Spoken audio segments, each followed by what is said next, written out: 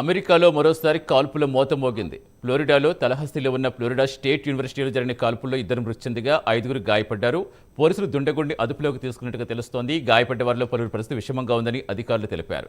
కాల్పుల ఘటనతో పోలీసులు ఆ ప్రాంతాన్ని తమ అధీనంలోకి తీసుకున్నారు. తలహస్తి క్యాంపస్లో స్టూడెంట్ యూనియన్లో యాక్టివ్ షూటర్ ఉన్నట్టుగా మొదటి సమాచారం రావడంతో యూనివర్సిటీ వెంటనే అలర్ట్ జారీ చేస్తుంది. విద్యార్థులు, ఫ్యాకల్టీ, సిబ్బంది వెంటనే యూనివర్సిటీ వీడాలని, సురక్షిత ప్రాంతాల్లో తలదాచుకోవాలని హెచ్చరించింది.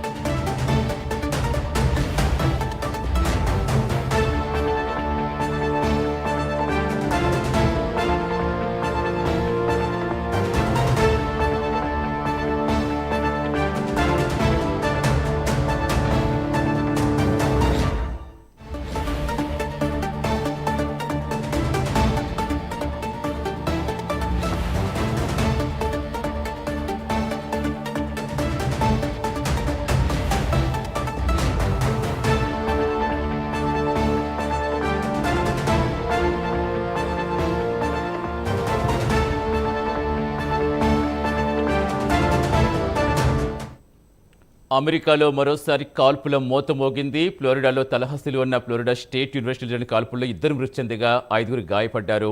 పూర్తి సమాచారం ఇచ్చేందుకు మా నేషనల్ బ్యూరో చీఫ్ కళా జానుతున్నారు. గుడ్ మార్నింగ్ కళా. చాలా బాధాకరం, విద్యార్థులు చదువుకోవడానికి వెళ్ళి ఇలా మృత్యువాత పట్టడం అనేది.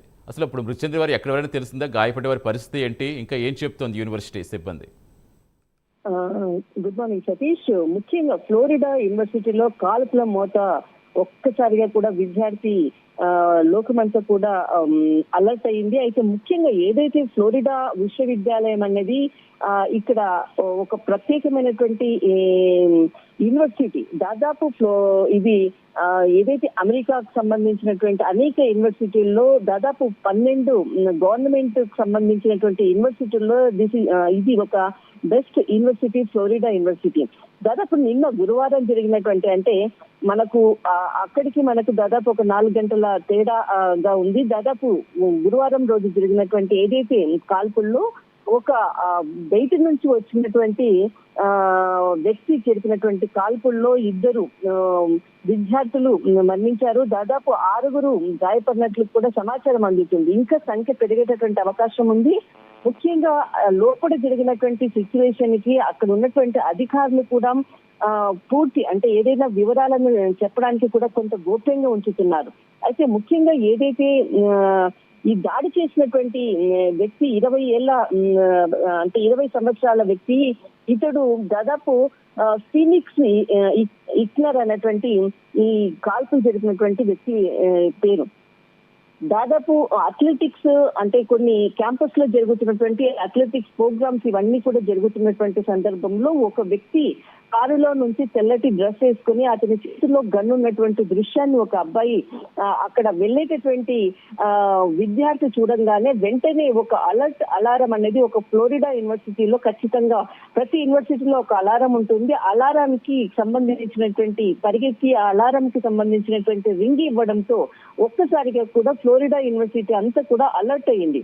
అయితే అందరూ కూడా చాలా మంది కూడా యూనివర్సిటీ సంబంధించినటువంటి ఏదైతే చదువుకునేటటువంటి స్టడీ రూమ్స్ కానీ, తర్వాత లైబ్రరీన్స్, తర్వాత ఇతర క్లాసుల్లో కూడా దాదాపు యూనివర్సిటీ క్యాంపస్ లో 44,000 మంది పిల్లలు చదువుకునేటటువంటి విద్యార్థులు వచ్చేటటువంటి యూనివర్సిటీ. అంత పెద్ద యూనివర్సిటీలో కాల్పులు జరపడంతో ఒక్కసారి అలారం మోగడంతో విద్యార్థులందరూ కూడా అలర్ట్ అయ్యారు. అందరూ కూడా ఆయా టేబుల్స్, తర్వాత చైర్స్, ఎక్కడ ఫ్లోర్స్ ఉంటే అక్కడ దాచిపెట్టుకునేటటువంటి, ఒకరిపై ఒకరు దాక్కునేటటువంటి ప్రయత్నాలు, దృశ్యాలు ఉన్నటువంటి పరిస్థితిని అక్కడ విద్యార్థులు భయంతో మొబైల్స్ కూడా మొత్తం అంతా షూట్ చేసినటువంటి విజువల్స్ కూడా మనకి బయటకు వస్తున్నాయి. అంటే ఎంత భయానకమైనటువంటి పరిస్థితి ఈ ఫ్లోరిడా యూనివర్సిటీలో సంఘటనతో.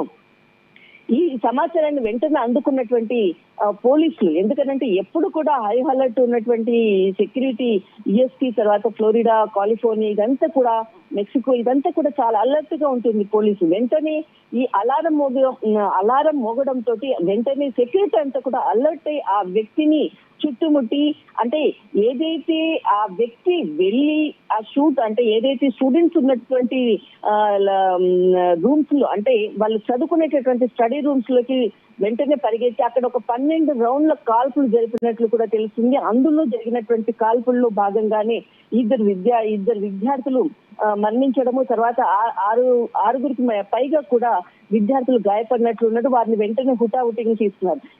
ఎప్పుడైతే 12 రౌండ్ల కాల్పులు జరిపారో వెంటనే పోలీసులంతా కూడా అలర్ట్ అయి అతన్ని చుట్టుముట్టి అతన్ని కాల్చి స్పాట్ లోనే కాల్చడము, తనని వెంటనే హాస్పిటల్ కి తరలించడం కూడా జరిగింది. మొత్తం మీద ఈ సంఘటనపై వెంటనే డొనాల్డ్ ట్రంప్ కూడా సమాచారం అందింది. ఇది చాలా బాధాకరమైనటువంటి విషయము. ఒక విశ్వవిద్యాలయంలో ఇలాంటి కాల్పులు జరగడం అన్నది కూడా ఆశ్చర్యానికి గురి చేసింది. సెక్యూరిటీని అంతటిని కూడా పెంచాలి ఇక ముందు కూడా అన్నది. కానీ ఇక్కడ ఎవరైతే విద్యార్థి అనుకోవచ్చు, ఒక బయట నుంచి వచ్చినటువంటి వ్యక్తి, ఇతడు FSU అన్నటువంటి ఒక ఆర్గనైజింగ్ కి సంబంధించినటువంటి విద్యార్థి, ఫీనిక్స్ ఇతని పేరు. అతని దగ్గర ఉన్నటువంటి ఏదైతే అంటే ఇతడు తహసీల్లా అనేటువంటి ఒక విద్యార్థి సంఘటన భవనంలో ఈ సమీపానికి దగ్గరగా ఈ వ్యక్తి ఉన్నాడు అన్నటువంటి సమాచారంతో వెంటనే అలారం మోగడము, తర్వాత ఎందుకనంటే ఇంకా కూడా విద్యార్థులు అంటే కాల్పులు కూడా ఇంకా ఎక్కువ జరిగేటటువంటి అవకాశం ఉన్నది. కానీ వెంటనే అలారం మోగడము, కొంత సెక్యూరిటీని వెంటనే అలర్ట్ కావడంతో ఇంకా పెరిగేటటువంటి విద్యార్థులపై జరిపేటటువంటి కాల్పులకు అడ్డుకట్టపడింది. వెంటనే అతన్ని షూట్ చేయడము, స్పాట్ లోనే షూట్ చేయడం అన్నది ఇక్కడ చాలా కీలకం.